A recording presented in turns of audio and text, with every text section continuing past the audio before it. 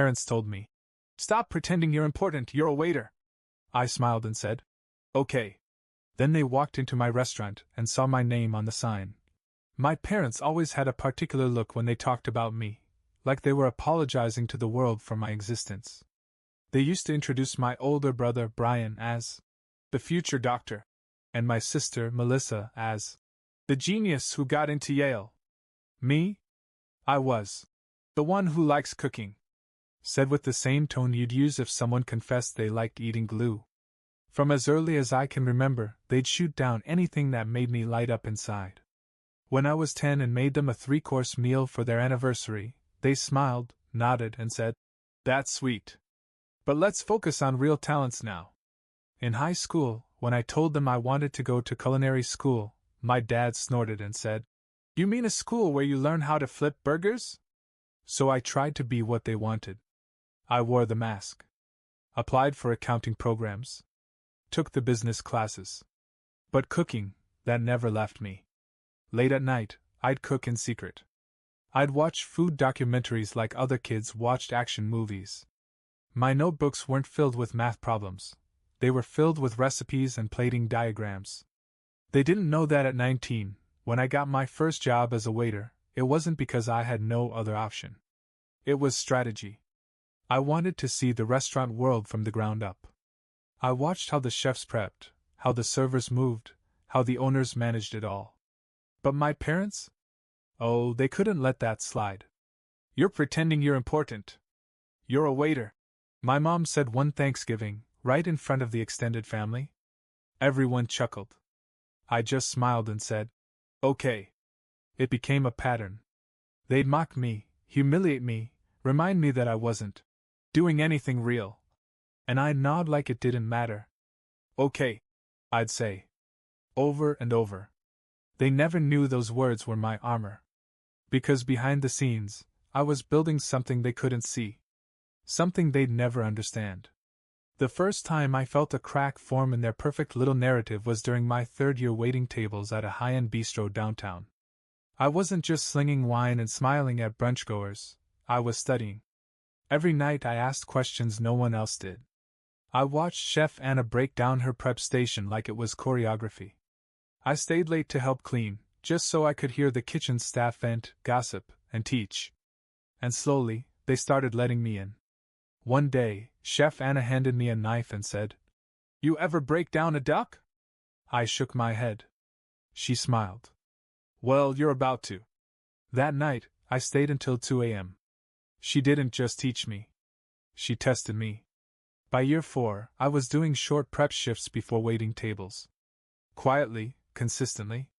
And every extra tip I made? Straight into savings. No vacations. No luxuries. Just rent, food, and the dream. Meanwhile, back at home, nothing changed. My parents still made a show of shrugging when people asked about me. "Still waiting tables?" my dad would say with a sigh, like I was their family's burden. "He says he's learning, but I think he's just avoiding real life," Melissa once joked. "You're still doing that thing with the apron? What is it now, 4 years of side quests?" And like always, I smiled and said, "Okay." But then came the day my cousin Jordan brought his new girlfriend to a barbecue. She turned to me and said, "You work at Leo's, right? I love that place. Their duck confit changed my life." I just smiled. "It's a good spot." My mom overheard. Later that night she said, "Don't get any ideas, sweetheart. Just because you work there doesn't mean you're anything more than a background prop." I looked at her, dead in the eyes, and said what I always said. "Okay." But this time, I think something in my face unnerved her. Like maybe she caught a glimpse of what was coming. A whisper of the storm they didn't see brewing in the quiet. It was my birthday. I wasn't expecting much. A quick dinner at my parents' house, maybe some off-brand cake, a recycled card from last year. I was used to it. But I still showed up, because I always showed up. Melissa was there in her signature smugness, going on about her latest consulting gig like she'd invented capitalism. Brian had his medical journal out on the table, flipping through it like we were all background noise. My parents? They were already 2 glasses of wine in and barely noticed when I walked in. No one said happy birthday. I sat down anyway. Halfway through the dry chicken and boxed potatoes, my dad set down his fork and cleared his throat. You know, he started, looking directly at me for the first time that night. If you spent as much time studying something real as you do playing around in kitchens, you might actually be someone by now. Melissa laughed softly. Yeah, seriously. You've been doing this little waiter hobby how long now? 5 years? It's time to wake up. Brian smirked. You know he thinks he's going to open a restaurant one day, right? Like just anyone can do that. I didn't speak. Just looked down at my plate. My mom tilted her head like I was a confused puppy. Honey, stop pretending you're important. You're a waiter. That was the moment. The moment I didn't smile. No. Okay. No grin to defuse the room. Just silence, and a long, still stare that made my mother falter mid-sip. I stood up. You're right, I said quietly. I am a waiter. And then I looked each of them in the eyes. But I'm also a student. And a builder. And a silent storm you won't see coming until you're standing in the eye of it. Brian laughed. Melissa rolled her eyes. My father muttered something about me being too sensitive. But none of it mattered. Because they didn't know the land had already been purchased. The business license filed. The investor pitch made and accepted. The logo drawn, the name finalized. And every insult they threw that night? Fuel. Pure fuel. After that birthday dinner, something in me locked into place. I stopped trying to prove anything to them. I stopped replaying their words at night, stopped hoping they'd one day change their minds. I let go of the fantasy, and picked up the blueprint. I was still waiting tables, still prepping vegetables and bussing plates when needed. But now, every hour had purpose. I'd wake at 6, review supply chain logistics over breakfast, work a double shift, then spend my nights watching food cost spreadsheets like they were Netflix. I taught myself how to read a lease, how to negotiate contracts, how to work a walk-in fridge compressor if it failed at 2 a.m. I became obsessed. And here's the twist they never saw coming. I didn't do it alone. Because when you work in the restaurant world long enough, you meet others like you, quiet grinders, tired hands with sharp minds. I met Monica, a pastry chef who'd been passed over for promotion one too many times. And Anthony, a bartender who knew wine better than some sommeliers. They were hungry too. So we built together. I put every dollar I had into a tiny storefront, an old bank building with terrible lighting and asbestos in the ceiling. It smelled like mildew and regret. But I saw it. I saw her, the restaurant I'd dreamed of since I was a kid, stirring soup on a stool in a kitchen that never noticed me. We gutted it. Painted it. Bled into it. Sometimes I'd work 16 hours and sleep on a cot in the office. Sometimes I'd wake up with cramps in my hands from holding a whisk too tight. I missed weddings, holidays, birthdays.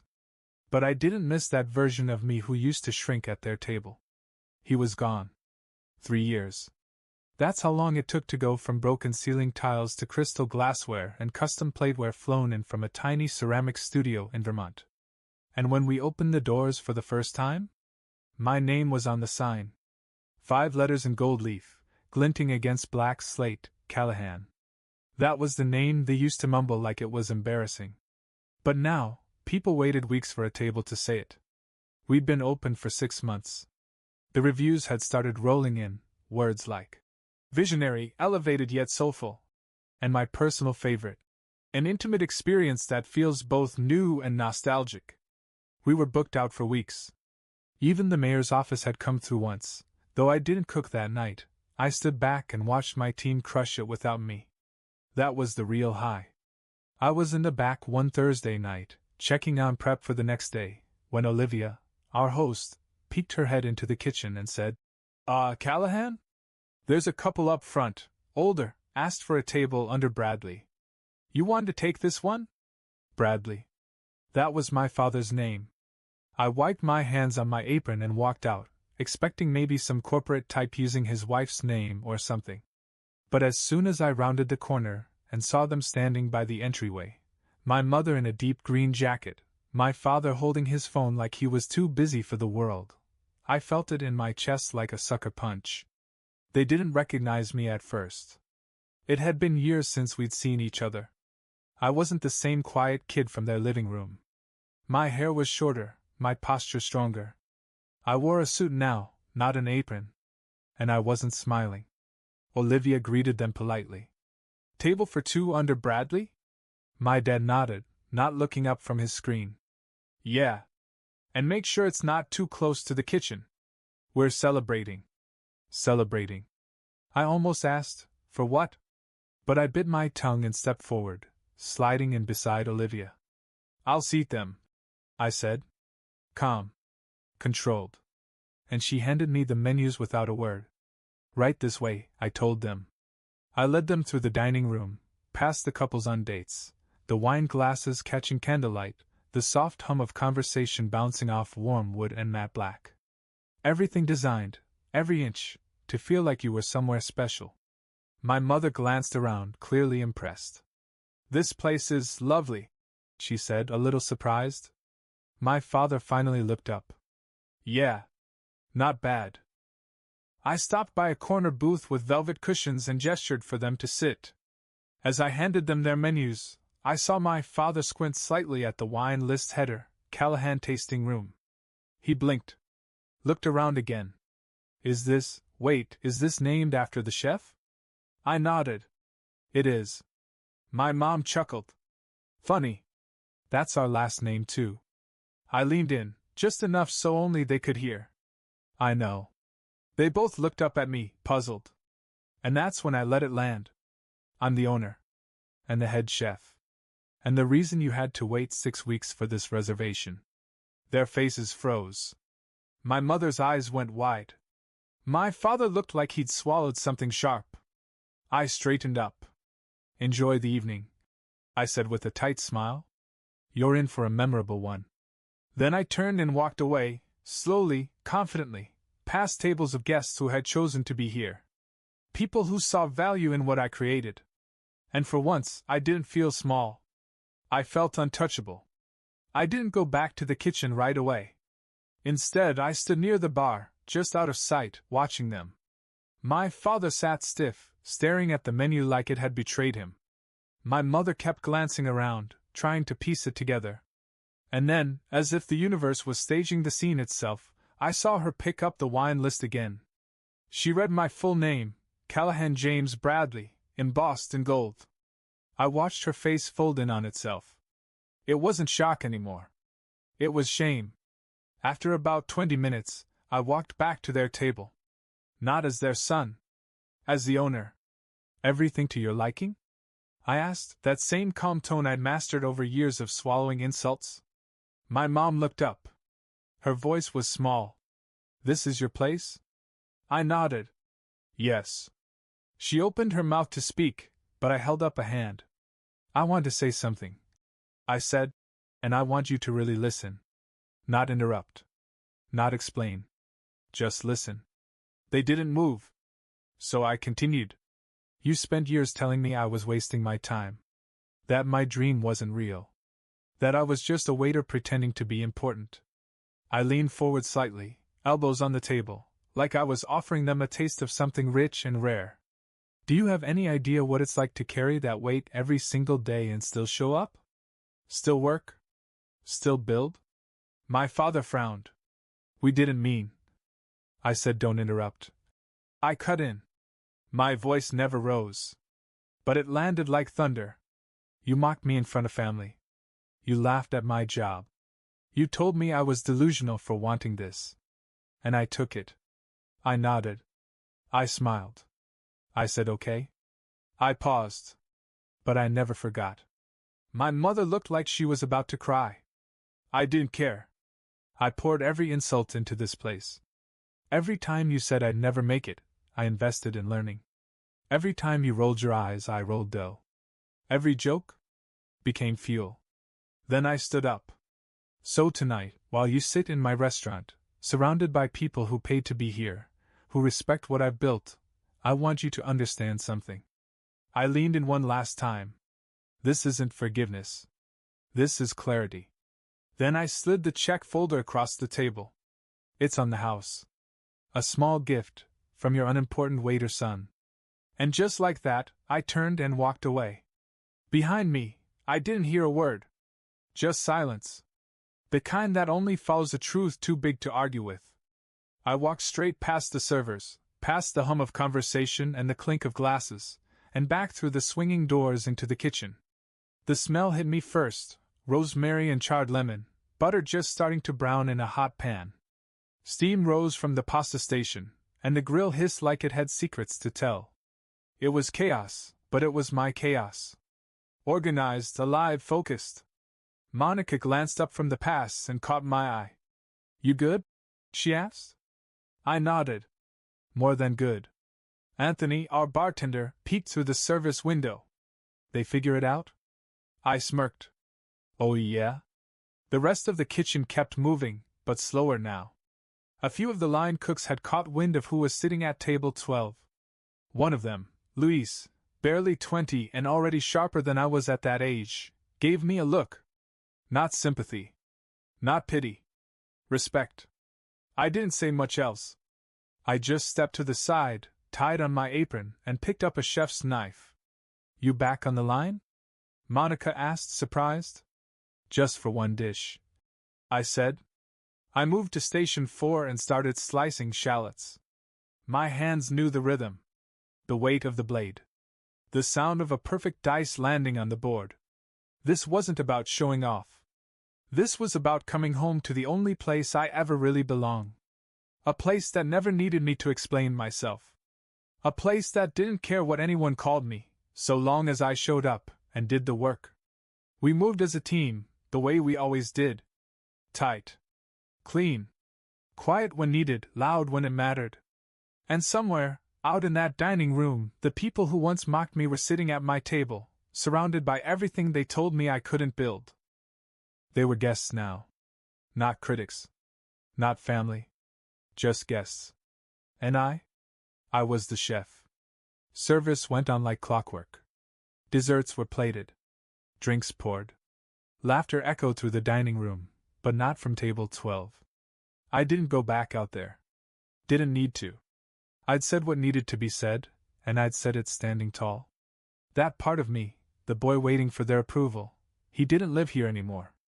Around 10, after the rush had died down and the last course had gone out, Olivia came back to the kitchen, holding a folded napkin in her hand.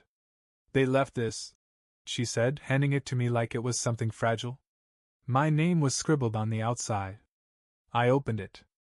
Inside was a short note, my mother's handwriting. We didn't know how to say it. We're sorry. We're proud of you. Please call us. For a second, I stared at the paper, tracing the curve of the letters like they might mean more if I held them long enough. But they didn't. Because what I wanted wasn't pride written in ink on a napkin. What I wanted was someone who had believed in me when I was nobody.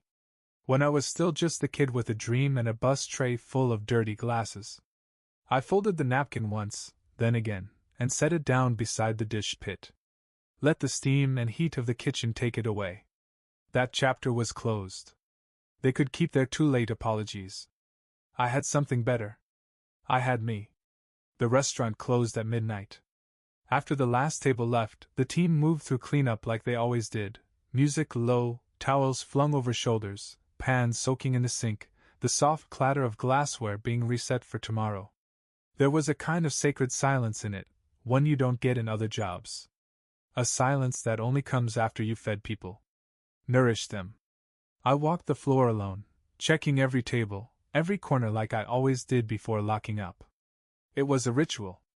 Not for show. For me. To remind myself this was real. This was mine. I stopped at table 12. They'd left nothing behind but that folded napkin. No glasses out of place. No crumbs. Just the ghosts of a moment I'd imagined 1,000 times, but never quite like that. I pulled out one of the chairs and sat down. Just for a second. And it hit me. For years, I thought the big moment would feel like a movie. Spotlights. Fireworks. A standing ovation as I rose above their words, their laughter, their dismissal. I thought I'd feel triumphant. Like a king returning home, sword in hand, crown shining. But sitting there, in the quiet of my restaurant, what I actually felt was something different. Peace. Not loud. Not boastful. Just stillness. Because the truth was, I didn't build this to prove them wrong. I built it to prove me right. I didn't need the apology scribbled on a napkin. I didn't need their regret. And I sure as hell didn't need their pride. It had come too late, wrapped in too many years of silence and insults and condescension. No, what I needed, what I found, was family in the form of my staff. Monica, wiping down the pastry counter, eyes soft when she caught me looking. Anthony, restocking the bar with that calm, cool rhythm that held the whole place steady. Louise, still asking questions, still hungry to learn. They were my people. They saw me before the gold leaf sign. Before the awards. Before the wait list. And I saw them. And maybe that was the greatest revenge of all, not the reveal, not the cold smile, not the final "It's on the house." But the simple fact that I had built a world where I didn't need to be seen by the people who refused to see me. I had moved on. They were still playing the same tired game. But I'd rewritten the rules. And when I turned off the dining room lights, when the soft glow from the pendant lamps faded to dark and the kitchen lights clicked off one by one, I didn't walk out feeling victorious. I walked out feeling whole.